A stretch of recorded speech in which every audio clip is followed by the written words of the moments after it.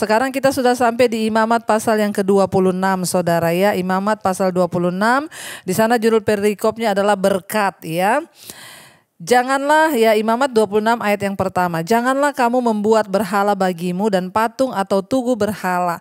Janganlah kamu dirikan bagimu. Juga batut berukir janganlah kamu tempatkan di negerimu untuk sujud menyembah kepadanya. Sebab akulah Tuhan Allahmu. Ya, ayat 2, kamu harus memelihara hari-hari sabatku dan menghormati tempat kudusku, akulah Tuhan. Saudara, Tuhan mengingatkan kepada bangsa ini bahwa ya mereka tidak boleh membuat patung-patung berhala. Nanti di ayat ini kita akan melihat ya ada dua hal ya, yaitu jalan berkat dan jalan kutuk ya. Kalau kita melihat di pasal ini ada dua yang diyakini ya, ketaatan dan ketidaktaatan, berkat dan kutuk yang diperhadapkan kepada bangsa Israel.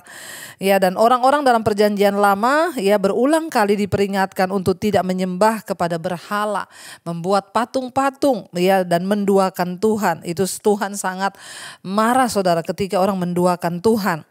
Ya, jadi kita melihat saudara bagaimana mereka dapat menipu diri sendiri dengan objek-objek dari kayu atau batu atau emas sekalipun yang mereka buat dalam patung-patung menyerupai Tuhan Allah. Itu kan bodoh ya saudara. Patung itu buatan manusia. Kenapa kita harus menyembah?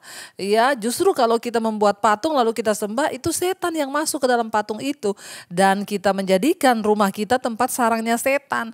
Ya, tapi kita menyembah Allah yang tidak terlihat, yang menciptakan kita. Jadi jangan bodoh dengan membuat objek-objek lain sebagai Tuhan dan kita sembah. Ya, Allah itu dapat memberikan peringatan kepada kita karena ya selalu manusia itu cenderung menaruh berhala-berhala dalam hidup mereka dan menyamai Tuhan.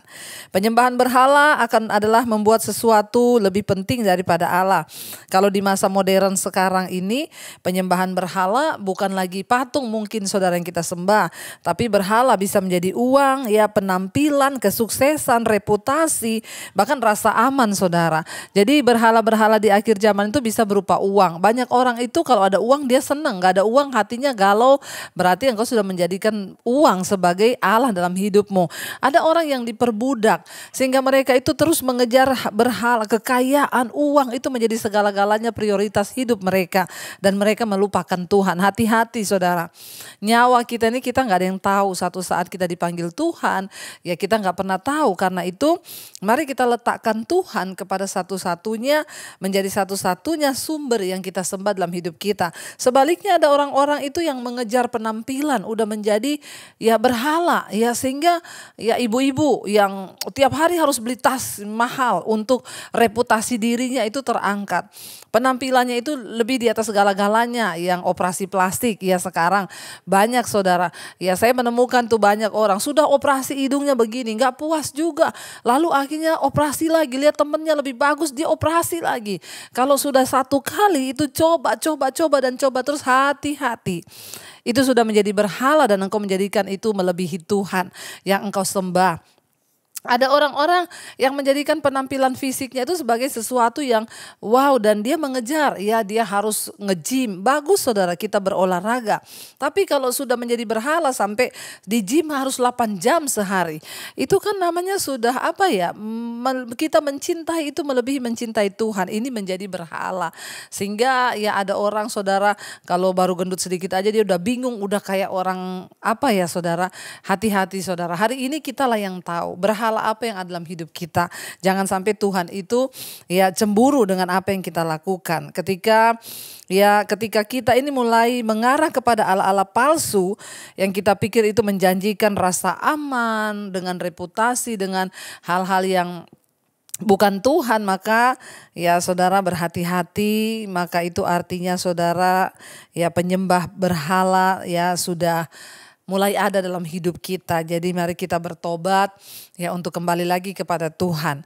Ayat yang ketiga, jikalau kamu hidup menurut ketetapanku dan tetap berpegang pada perintahku serta melakukannya, maka aku akan memberi kamu hujan pada masanya sehingga tanah itu memberi hasilnya dan pohon-pohonan di ladangmu akan memberi buahnya. Tuhan berjanji saudara, kalau kita ini hidup menurut firman-Nya, kalau kita hidup menurut ketetapannya, kita menjauhi dosa, kita hidup dalam kekudusan, kita mengejar kebenaran, Tuhan yang berjanji akan memberi hujan bagi tanah kita. Artinya apa? Tuhan yang menjamin berkat kita, Tuhan yang menjamin ya masa depan kita. Dan kalau Tuhan yang menjamin, itu pasti luar biasa karena Dia Allah yang tidak pernah ya ingkar akan janjinya. Coba saudara, kita sungguh-sungguh mempraktekkan hidup sungguh-sungguh di dalam Tuhan, menjadi pelaku firman-Nya ya, sehingga kita boleh melihat janji-janji Tuhan tergenapi di dalam hidup kita. Kalau kamu hidup menurut ketetapanku, kata Tuhan, aku dan berpegang pada perintahku serta melakukannya. Jadi bukan hanya membaca firman, tetapi berpegang pada firman dan melakukan firman itu. Maka Tuhan berjanji, aku akan memberi kamu hujan pada masanya. Artinya apa? Kita tidak akan kekeringan saudara. Ya coba saudara, firman Tuhan itu ya dan amin dan tidak pernah bohong. Ayat yang kelima, lamanya musim mengirik bagimu akan sampai kepada musim memetik buah anggur. Dan lamanya musim memetik buah anggur akan sampai kepada musim menabur. Kamu akan makan makananmu sampai kenyang dan diam di negerimu dengan aman dan tentram. Wow saudara, ini janji Tuhan. Dia yang berjanji akan memberikan kita berkat dan juga akan menjamin rasa aman dan tentram dalam hidup kita. Kalau hari-hari ini banyak orang khawatir, hari-hari ini banyak orang ketakutan melihat ke depan ini seperti apa akan terjadi. Saya mau beritahu buat kita semua saudara bahwa ya mari kita sungguh-sungguh hidup memegang firman Tuhan dan melakukannya. Maka kita akan melihat janji-janji Tuhan akan tergenapi dalam hidup kita. Tapi memang susah bagi manusia itu suruh pegang janji Tuhan itu tidak mudah ya. Tapi bagi orang-orang yang setia, mereka akan melihat sungguh penyertaan Tuhan saudara. Dikatakan kamu akan diam di negerimu dengan aman dan tentram. Orang yang berbahagia hari-hari ini, saya selalu bilang, bukan orang kaya, tetapi orang yang berbahagia hari-hari ini adalah orang yang melakukan firman Tuhan dan ya memegangnya dengan teguh. Coba saudara praktikkan itu dalam hidup kita, maka kita akan melihat itu semua terjadi, hidup kita aman tentram. Ayat yang ke-6, dan aku akan memberi damai sejahtera di dalam negeri itu, sehingga kamu akan berbaring dengan tidak dikejutkan oleh apapun. Aku akan melenyapkan binatang buas dari negeri itu, dan pedang tidak akan melintas di negerimu. Tuhan yang berjanji, Dia bilang apa? Aku akan memberikan damai sejahtera di negeri itu. Kenapa? Karena ada orang-orang yang mau hidup melakukan firman dan taat kepada perintah Tuhan. Ini janji Tuhan saudara. Bayangkan saudara ya. Ayat yang ke-7 dikatakan, ya kamu akan mengejar musuhmu dan mereka akan tewas di hadapanmu oleh pedang. 5 orang di antaramu akan mengejar 100 dan 100 orang dari antaramu akan mengejar selaksa. Dan semua musuhmu akan tewas di hadapanmu oleh pedang. Dan aku akan berpaling kepadamu dan akan membuat kamu beranak cucu serta bertambah banyak. Dan aku akan meneguhkan perjanjianku dengan kamu. Wow, janji firman Tuhan. Kalau kita mau apa? Mau taat melakukan firman. Ini janji Tuhan yang akan terjadi di hidup kita saudara ya. Tuhan itu kalau sudah berjanji dan Dia pasti akan melakukan. Kamu masih akan makan hasil lama dari panen yang lampau, dan hasil lama itu akan kamu keluarkan untuk menyimpan yang baru. Aku akan menempatkan kemah suciku di tengah-tengahmu dan hatiku tidak akan muak melihat kamu. Bukankah saudara yang kita rindukan adalah mendapatkan hati Tuhan?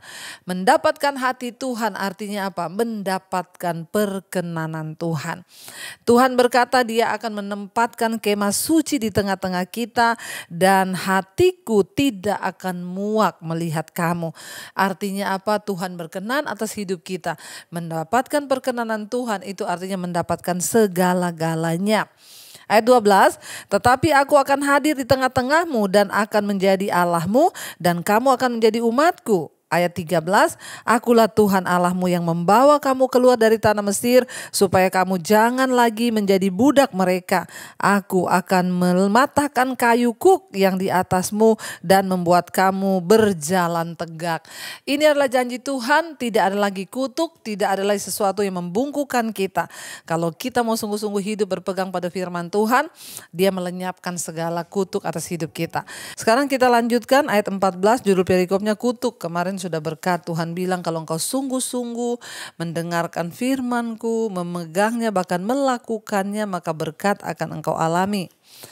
Sekarang ayat 14 kutuk, ayat 14. Tetapi jikalau kamu tidak mendengarkan daku dan tidak melakukan segala perintah itu, jikalau kamu menolak ketetapanku dan hatimu muak mendengar peraturanku sehingga kamu tidak melakukan segala perintahku dan kamu mengingkari perjanjianku, 16, maka aku pun akan berbuat begini kepadamu, yakni aku akan mendatangkan kekejutan atasmu, batu kering serta demam yang membuat mata rusak dan jiwa merana. Kamu akan sia-sia menabur benihmu karena hasilnya akan habis dimakan musuhmu. Waduh saudara, mengerikan ya kalau sebaliknya kita itu melakukan kejahatan dan kita dikatakan menolak firman Tuhan. Bahkan hatimu muak mendengarkan peraturanku. Ya, sehingga kamu tidak melakukan perintahku. Jadi saudara, jangan sampai hati kita ini menolak firman. Orang yang menolak firman itu apa? Tidak mau melakukan firman. Sudah dengar dikatakan jangan begini, jangan berzina, jangan gini. Tetap hidup dalam dosa. Itu sama dengan kita menolak Tuhan dan muak kepada peraturan Tuhan. Apa yang akan terjadi kalau kita ini muak kepada kebenaran, muak melakukan firman, tidak mau berubah, tidak mau bertobat?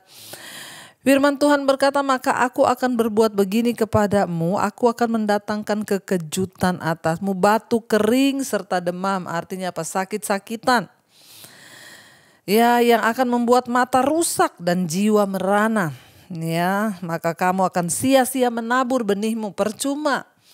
Sekalipun kita menabur, kita tidak akan pernah menuai. Ada orang-orang yang hidupnya, rumah tangganya nggak pernah cukup saudara. Kenapa? Engkau menuai tapi engkau menabur tapi engkau tidak akan menuai. Hasilmu nggak akan pernah cukup.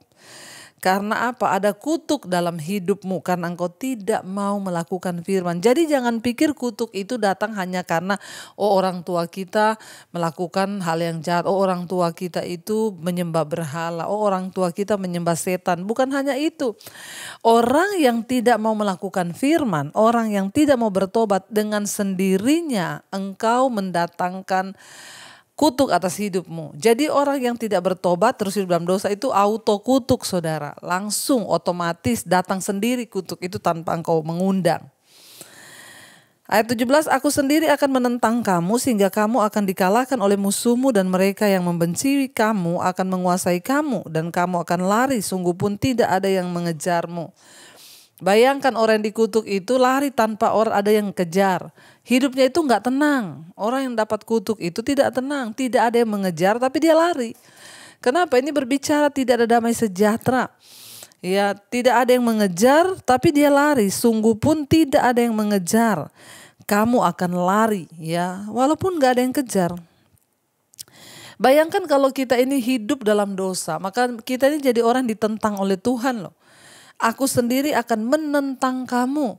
Ya, tidak akan untung kita ini menentang Tuhan ya. Apalagi ditentang Tuhan. Sudahlah saudara, mari kita bertobat dan memilih untuk hidup dalam ya kebenaran dan kekudusan. Bayangkan jangan sampai Tuhan bilang, ya kamu lari tidak ada yang kejar. Artinya apa? Ya orang itu nggak damai. Hidupnya tuh kayak dikejar-kejar ya. Jadi bertobatlah. Daripada kita akan mengalami hal-hal yang tidak baik. Lebih baik kita bertobat, kata firman Tuhan. Ayat 18. Dan jikalau kamu dalam keadaan yang demikian pun tidak mendengarkan daku, maka aku akan lebih keras lagi menghajar kamu sampai 7 kali lipat karena dosamu. Hati-hati saudara ya. Bayangkan Tuhan bilang ya, maka kamu sudah begitu tapi tidak bertobat. Hati-hati 7 kali lipat. Ya, ketika umat Israel taat, ya akan ada kedamaian di negeri mereka. Bila mereka tidak taat, malah petaka mengikuti mereka. Jadi Tuhan itu memakai konsekuensi dosa untuk membawa mereka bertobat. Dosa itu ada konsekuensinya, dosa itu ada akibatnya. Ya, bukan untuk membuat mereka kembali pada dosa. Kenapa dosa ada konsekuensi? Supaya mereka itu tobat. Ya, kalau engkau berdosa engkau terkutuk. Harusnya ketika terkutuk bertobat cari Tuhan. Tapi dasar manusia keras kepala gak mau bertobat saudara. Ya, saat ini konsekuensi dari dosa itu tidak selalu jelas langsung ya. Tapi ketika bencana menimpa kita, kita mungkin tidak mengerti alasannya. Mungkin juga itu ada salah satu akibat dari dosa atau ketidaktaatan kita. Akibat dari dosa orang lain, akibat dari bencana alam, karena kita tidak tahu, kita harus menyelidiki hati dan memastikan bahwa kita sedang dan harus berdamai dengan Allah. Saudara, ketika sesuatu menimpa kita, ya kita mau atau tidak, nomor 1 introspeksi diri. Kita ini ada dosa apa enggak? Ya, ketika Tuhan berbicara lewat sakit penyakit, bencana alam, lewat kerugian, lewat malapetaka yang terjadi dalam hidup kita, harus nomor 1 yang kita lakukan introspeksi diri. Ya, lebih baik kita introspeksi diri daripada kita yang ngomong ya ini bukan karena dosa. Hati-hati saudara. Karena memang dosa itu ada konsekuensinya, jangan lupa. Ya, konsekuensinya itu ya kutuk. Ya, hidup yang tidak damai, tidak pernah berhasil usahanya, selalu rugi hidupnya, nggak pernah ada damai. Ya, itu ciri-ciri orang yang kena kutuk saudara. Ya, firman Tuhan bilang, dan aku akan mematahkan kekuasaanmu yang kau banggakan, dan akan membuat langit di atasmu sebagai besi dan tanahmu sebagai tembaga. Bayangkan, langit besi, tanah tembaga, tidak akan berhasil. Bahkan Tuhan dapat menurunkan jabatanmu hari ini. Jangan sombong kalau engkau diberi jabatan oleh Tuhan. Pegang itu sebagai kepercayaan hidup takut Tuhan. Maka tenagamu akan habis dengan sia-sia. Tanahmu tidak akan memberi hasilnya dan pohon-pohon di tanah itu tidak akan memberi buahnya. Tenagamu habis tanpa engkau sadari. Engkau sudah tua tapi gak punya apa-apa, sudah terlanjur. Kenapa? Banyak dosa. Kutuk terjadi. Ini kita sedang membahas kutuk ya saudara. Jikalau hidupmu tetap bertentangan dengan aku, kata Tuhan, dan kamu tidak mau mendengarkan daku, maka aku akan makin menambah hukuman atasmu sampai 7 kali lipat setimpal dengan dosa-dosamu. Kalau sudah terkutuk, gak tobat lagi, ditambah lagi 7 kali lipat. Jadi jangan bilang dosa itu gak ada akibat. Dosa itu ada akibatnya. Hidup kita menderita bisa jadi itu karena kena kutuk. Ya, ada di dalam Alkitab ditulis saudara, kita belajar dari perjanjian lama ini. Ya, ayat 22 dikatakan, aku akan melepaskan kepadamu binatang liar yang akan memunahkan anak-anakmu dan yang akan melenyapkan ternakmu serta membuat kamu menjadi sedikit hingga jalan-jalanmu menjadi sunyi. Jikalau kamu dalam keadaan yang demikian pun tidak mau kuajar dan hidupmu tetap bertentangan dengan aku, kata firman Tuhan, maka aku pun akan bertindak melawan kamu dan aku sendiri akan menghukum 7 kali lipat lagi karena dosamu. Jangan jadi musuh Tuhan. Orang yang terus hidup dalam dosa itu menjadikan dirinya musuh Tuhan, bertentangan dengan Tuhan. Hati-hati. Dan aku akan mendatangkan ke atasmu satu pedang yang akan melakukan pembalasan oleh karena perjanjian itu. Bila kamu berkumpul kelak di kota-kotamu, maka aku akan melepaskan penyakit sampar di tengah-tengahmu dan kamu akan diserahkan ke dalam tangan musuh. Jika aku memusnahkan persediaan makananmu, maka 10 perempuan akan membakar roti di dalam satu pembakaran. Mereka akan mengembalikan rotimu menurut timbangan tertentu dan kamu akan makan tetapi tidak menjadi kenyang.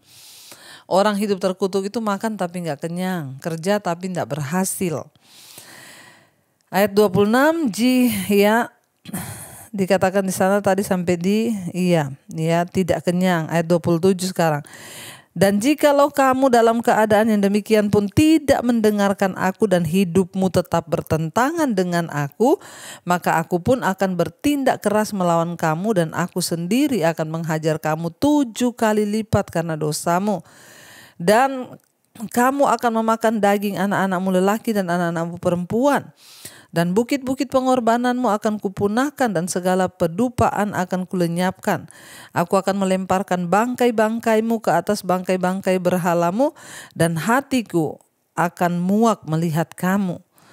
Kota-kotamu akan kubuat menjadi reruntuhan dan tempat-tempat kudusmu akan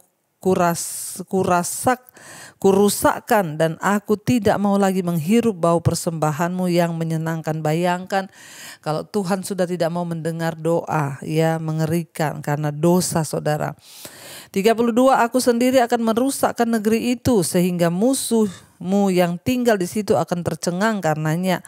Tetapi kamu akan kuserakkan di antara bangsa-bangsa lain dan aku akan menghunus pedang di belakang kamu dan tanahmu akan menjadi tempat tandus dan kota-kotamu akan menjadi reruntuhan.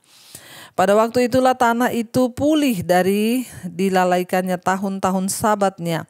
Selama tanah itu tandus dan selama kamu tinggal di negerimu musuh-musuhmu, pada waktu itulah tanah itu akan menjadi sabatnya dan dipulihkan tahun-tahun sabat yang sebelum didapatnya. Selama ketandusannya, tanah itu akan menjalani sabat yang belum dijalaninya pada tiap-tiap tahun sabat ketika kamu masih diam di situ. Dan mengenai mereka yang masih tinggal hidup di antaramu, aku akan mendatangkan kecemasan ke dalam hati mereka di dalam negeri-negeri musuh mereka, sehingga bunyi daun yang ditiup angin pun akan mengejar mereka, dan mereka akan lari seperti orang lari menjauhi pedang, dan mereka akan rebah. Sungguh pun tidak ada orang yang mengejar. Orang yang terkutuk itu saudara, ya hatinya cemas. Tuhan bilang, aku akan mendatangkan kecemasan atas hati mereka. Jadi hati-hati sehingga cuma bunyi daun pun mereka ketakutan. Orang-orang hidup dalam ketakutan itu ciri-ciri orang yang dikutuk saudara. Ya, bahkan bunyi daun pun ketakutan, mereka akan lari padahal tidak ada yang mengejar mereka. Ngeri. 37, dan mereka akan jatuh tersandung seorang kepada seorang seolah-olah hendak menjauhi pedang. Sesungguh pun yang mengejar tidak ada dan kamu tidak akan dapat bertahan di hadapan musuh-musuhmu. Dan kamu akan binasa di antara bangsa-bangsa lain dan negeri musuhmu akan memusnahkan kamu. Dan siapa yang masih tinggal hidup di antaramu, mereka akan hancur lebur dalam hukumannya di negeri-negeri musuh mereka. Dan karena kesalahan nenek moyang mereka juga mereka akan hancur lebur sama seperti nenek moyangnya. Ayat 40, tetapi bila mereka mengakui kesalahan mereka dan kesalahan nenek moyang mereka dalam hal berubah setia yang dilakukan mereka terhadap aku dan mengakui juga bahwa hidup mereka bertentangan dengan aku pun bertindak melawan mereka dan membawa mereka ke negeri musuh mereka. Atau apabila kemudian hati mereka yang tidak bersunat itu telah tunduk dan mereka telah membayar pulih kesalahan mereka, maka aku akan mengingat perjanjianku dengan Yakub, juga perjanjian dengan Ishak dan perjanjianku dengan Abraham akan kuingat dan negeri itu akan kuingat juga. Jadi pertobatan itulah yang menggugah hati Tuhan, pertobatan kita. Itu yang akan membuat Tuhan berubah ya dan kembali mengingat janjinya.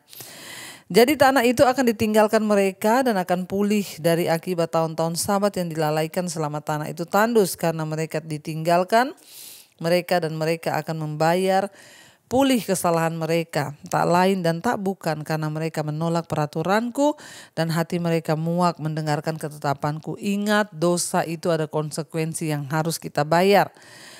Ayat 44, namun demikian apabila mereka ada di negeri musuh mereka, aku akan menolak mereka dan tidak akan muak melihat mereka sehingga aku membinasakan mereka dan membatalkan perjanjianku dengan mereka sebab akulah Tuhan Allah mereka. Jadi Tuhan juga bisa batalkan perjanjiannya kalau orang itu gak mau tobat-tobat. Maka dia akan ditentukan untuk binasa. Untuk keselamatan mereka aku akan mengingat perjanjian dengan orang-orang dahulu yang kubawa keluar dari tanah Mesir di depan mata bangsa-bangsa lain supaya aku menjadi Allah mereka, akulah Tuhan. Itulah ketetapan-ketetapan dan peraturan-peraturan serta hukum-hukum yang diberikan Tuhan berlaku di antara dia dengan orang Israel di Gunung Sinai dengan perantaraan Musa. Kita melihat di sini saudara bagaimana Tuhan itu sangat concern dengan dosa. Dosa itu menyebabkan kehancuran dalam manusia. Karena itu tinggalkan semua dosa supaya kita ini hidup bahagia di bumi dan di sorga. Bukan cuma nanti kelak di sorga, di bumi pun Tuhan mau kita ini bahagia dan tidak terkutuk.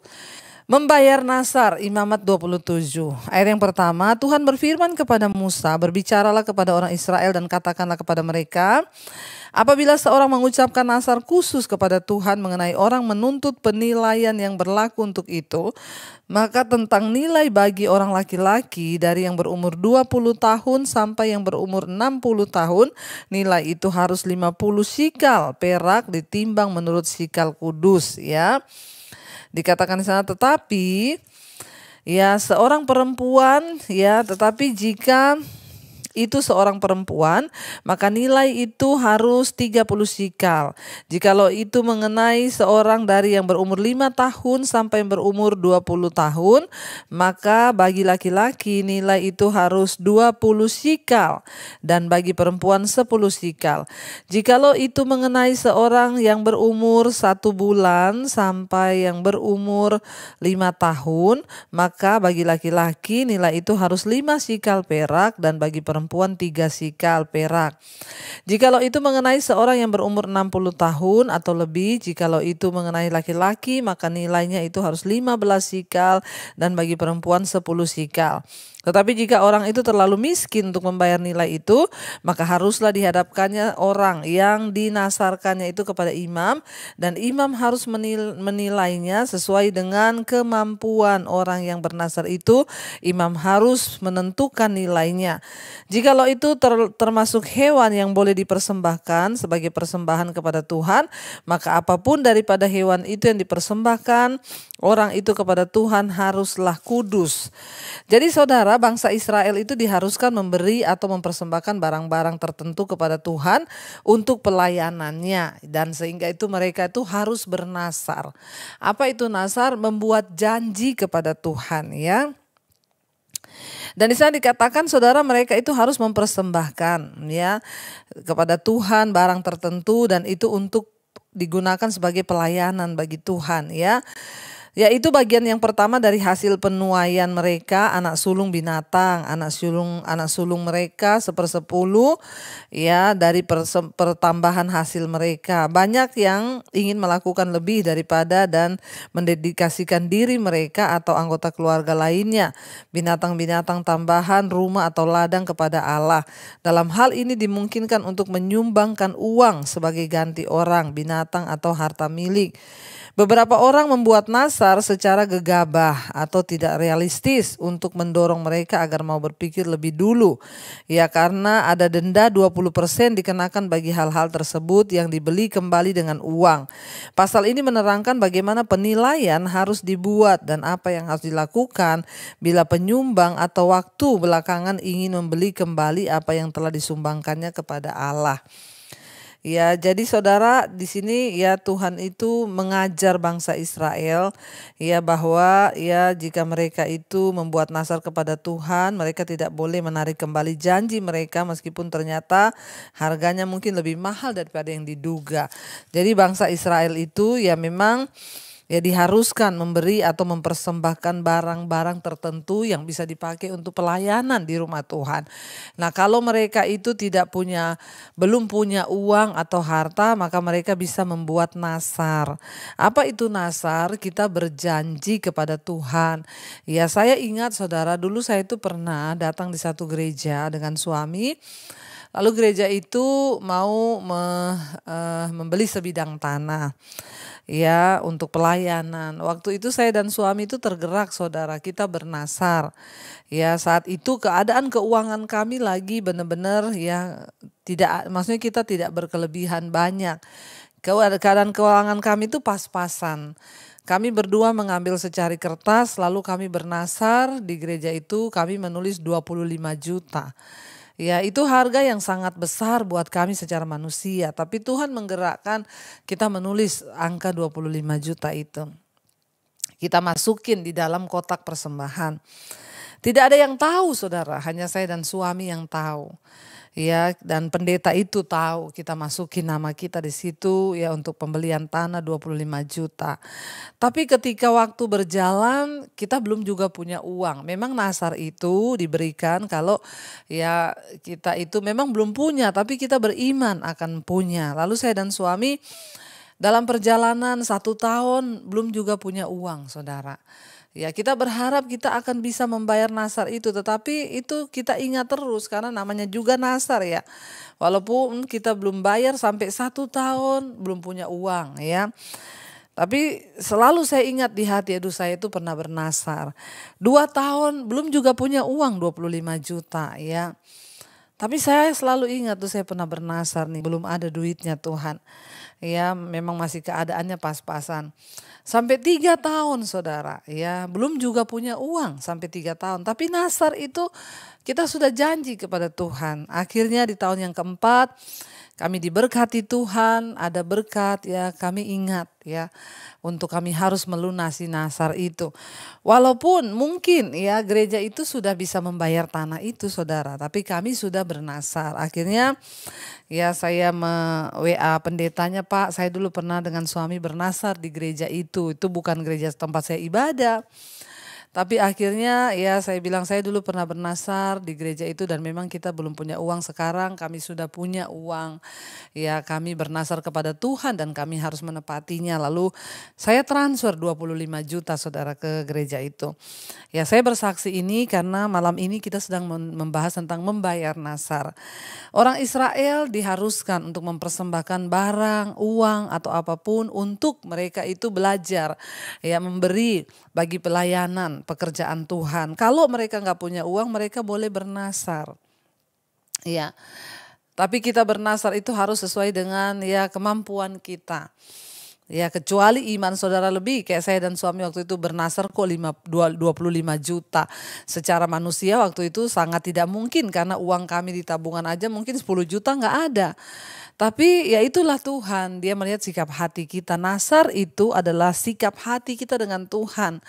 Ya bukan soal kita dengan orang, mau lihat orang mau apa enggak. Tapi bayangkan kami bernasar 4 tahun kemudian baru bisa kami lunasi nasar itu. Ya tetapi ya itulah namanya saudara ya, Tuhan melihat hati kita, Tuhan melihat sikap ya hati kita untuk menabur, memberi. Ayat yang ke-10, janganlah ia menggantinya dan janganlah ia menukarkannya yang baik dengan yang buruk atau yang buruk dengan yang baik.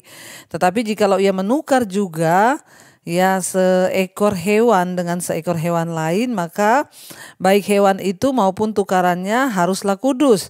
Jikalau itu barang ya jikalau itu barang seekor dari antara hewan haram yang tidak boleh dipersembahkan sebagai persembahan kepada Tuhan, maka hewan itu harus dihadapkannya kepada imam. Dan imam harus menetapkan nilainya menurut baik atau buruknya, dan seperti penilaian imam demikianlah jadinya. Dan jikalau orang itu mau menebusnya juga ia harus menambahkan 1/5 kepada nilai itu.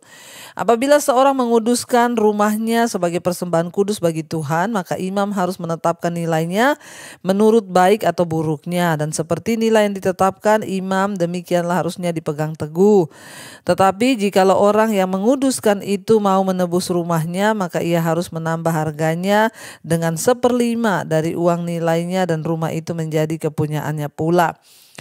Jikalau seseorang menguduskan sebagian dari ladang miliknya bagi Tuhan, maka nilainya haruslah sesuai dengan taburannya, yakni sehomer taburan benih jelai berharga 50 sikal perak. Jadi kalau dia ya bernasarnya misalnya ya segomer sehomer ini tadi dikatakan, ya itu ada nilai takarannya. Kalau nasarnya rumah, ya harus ditaksir rumah itu nilainya berapa, itulah yang harus dia bayarkan, saudara ya. Jikalau ia menguduskan ladangnya mulai dari tahun Yobel, maka nilainya harus dipegang teguh. Tetapi jikalau ia menguduskan ladangnya sesudah tahun Yobel, maka imam harus menghitung harganya bagi orang itu sesuai dengan tahun-tahun yang masih tinggal sampai kepada tahun Yobel, dan harga itu harus kurangkan dari nilainya. Dan jikalau orang yang menguduskannya benar-benar mau menebus ladang itu, maka ia harus menambah harganya dengan 1/5 dari uang nilainya, dan ladang itu tetap miliknya.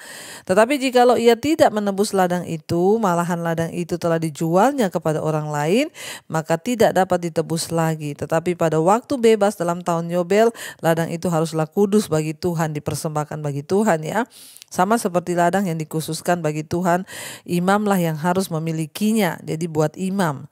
Dan jikalau ia menguduskan bagi Tuhan ladang yang telah dibelinya dan yang tidak termasuk ladang miliknya dahulu, maka imam harus menghitung baginya harga nilainya sampai kepada tahun Yobel, dan orang itu harus mempersembahkan nilai itu pada hari itu sebagai persembahan kudus bagi Tuhan. Dalam tahun Yobel, ladang itu harus dipulangkan kepada orang yang menjualnya kepadanya, yakni kepada orang-orang yang mula-mula memiliki tanah itu.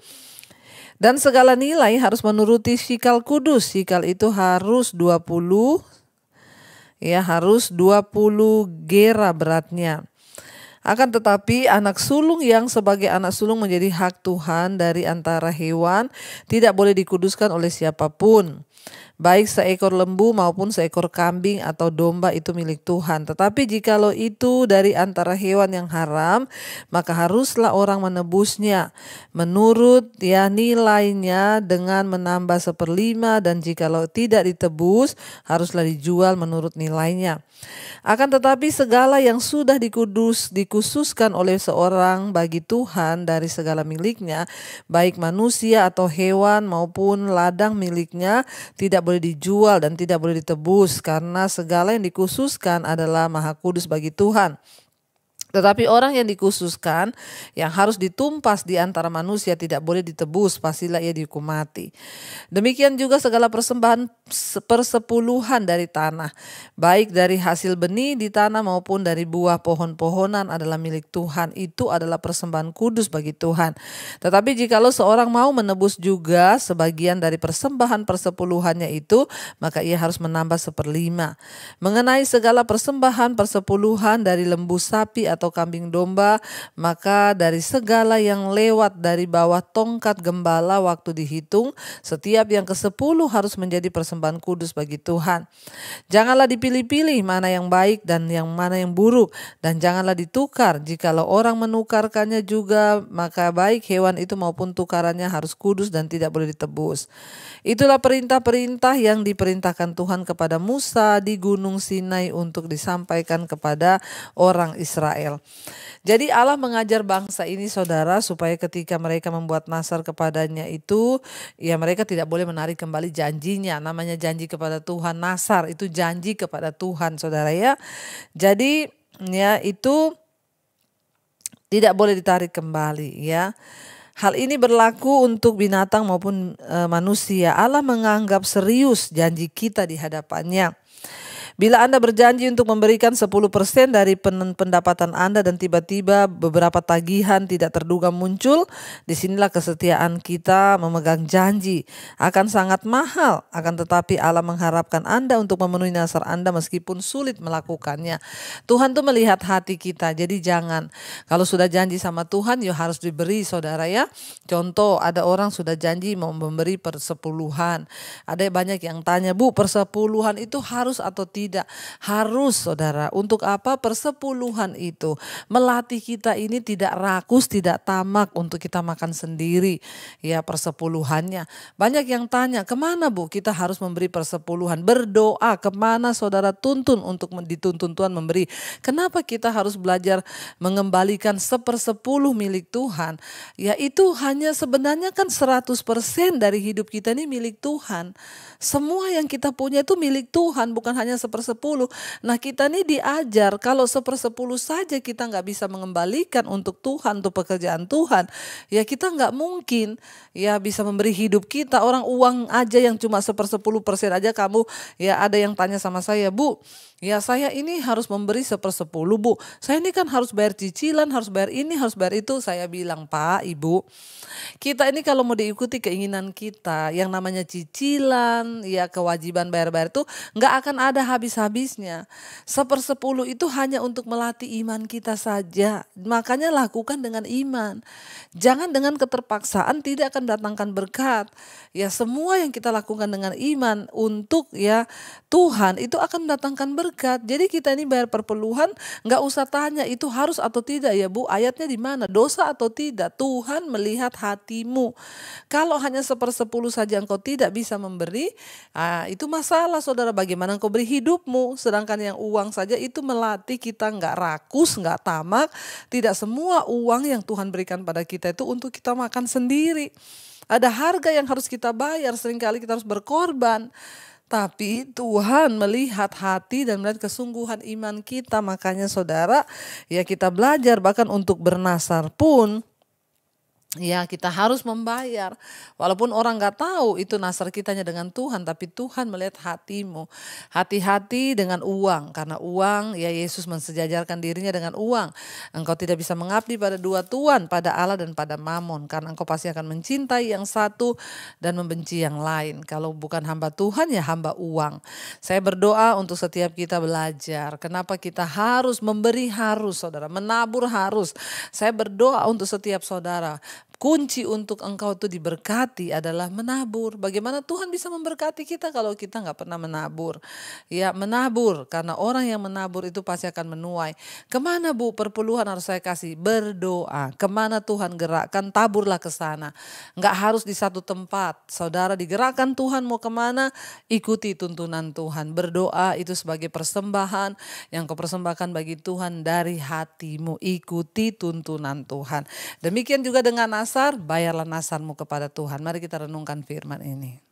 Terima kasih Tuhan, Engkau mengajarkan kepada kami untuk kami mengingat akan janji kami kepada Tuhan, membayar nasar kami kepada Tuhan. Ajar kami menjadi orang-orang yang takut akan Tuhan, yang kalau sudah berjanji kepada Tuhan kami harus menepatinya, karena Engkau Allah dan kami tidak bisa ingkar terhadap Engkau. Terutama dalam masalah uang, Tuhan ajar kami tidak menjadi hamba uang, tapi menjadi hamba Tuhan. Uang yang ada di tangan kami biar kami pakai sesuai dengan tuntunan Tuhan, bukan hanya untuk memperkaya diri, tapi menabur, menabur dan menabur, karena itu adalah salah satu kunci berkat. Terima kasih Bapa, kami membuka hati dan tangan kami untuk menerima berkat Tuhan. Diberkatilah Engkau dalam hidupmu, diberkati rumah tanggamu, diberkati pekerjaanmu, diberkati keluargamu, diberkati kesehatanmu, diberkati keuanganmu. Dan Engkau akan menjadi berkat bagi banyak orang. Karena itu terimalah kiranya berkat dari Allah Bapa, cinta kasih Tuhan Yesus Kristus, penyertaan Allah Roh Kudus menyertai hidupmu mulai hari ini bahkan sampai kali yang kedua. Tuhan Yesus datang menjemput kita, nama kita tercatat dalam kitab kehidupan. Dalam nama Tuhan Yesus yang percaya diberkati Tuhan, katakan bersama, amin, amin, amin. Tuhan Yesus memberkati, shalom dan Immanuel.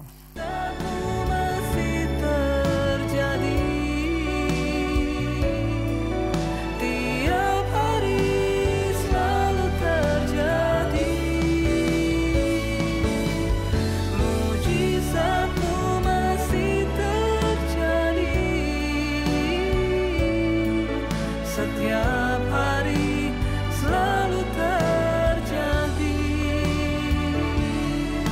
Setiap hari selalu terjadi. Setiap